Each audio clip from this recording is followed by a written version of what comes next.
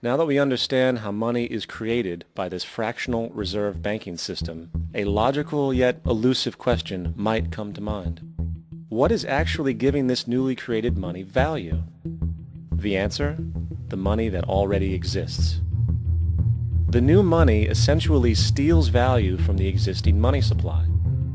For the total pool of money is being increased irrespective to demand for goods and services. And as supply and demand finds equilibrium, prices rise, diminishing the purchasing power of each individual dollar.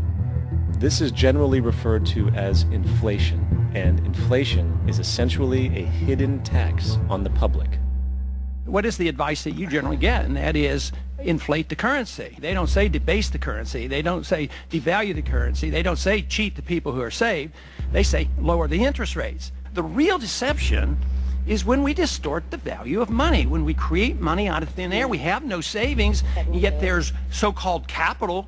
So my question boils down to this: how in the world can we expect to solve the problems of inflation, that is, the increase in the supply of money, with more inflation? Of course, it can't.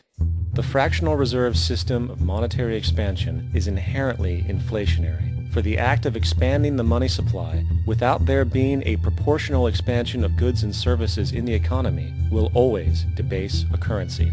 In fact, a quick glance at the historical values of the US dollar versus the money supply reflects this point definitively, for the inverse relationship is obvious. $1 in 1913 required $21.60 in 2007 to match value. That is a 96% devaluation since the Federal Reserve came into existence. Now, if this reality of inherent and perpetual inflation seems absurd and economically self-defeating, hold that thought, for absurdity is an understatement in regard to how our financial system really operates. For in our financial system, money is debt. And debt is money. Here is a chart of the U.S. money supply from 1950 to 2006. Here is a chart of the U.S. national debt for the same period. How interesting it is that the trends are virtually the same. For the more money there is, the more debt there is. The more debt there is, the more money there is. To put it a different way, every single dollar in your wallet is owed to somebody by somebody. For remember, the only way the money can come into existence is from loans. Therefore, if everyone in the country were able to pay off all debts, including the government, there would not be $1 in circulation.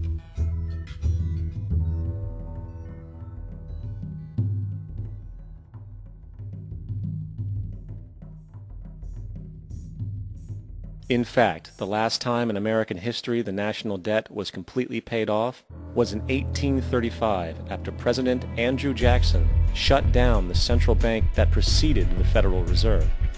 In fact, Jackson's entire political platform essentially revolved around his commitment to shut down the central bank, stating at one point, "The bold efforts the present bank has made to control the government are but premonitions of the fate that awaits the American people should they be deluded into a perpetuation of this institution or the establishment of another like it." Unfortunately, his message was short-lived, and the international bankers succeeded to install another central bank in 1913, the Federal Reserve. And as long as this institution exists, perpetual debt is guaranteed.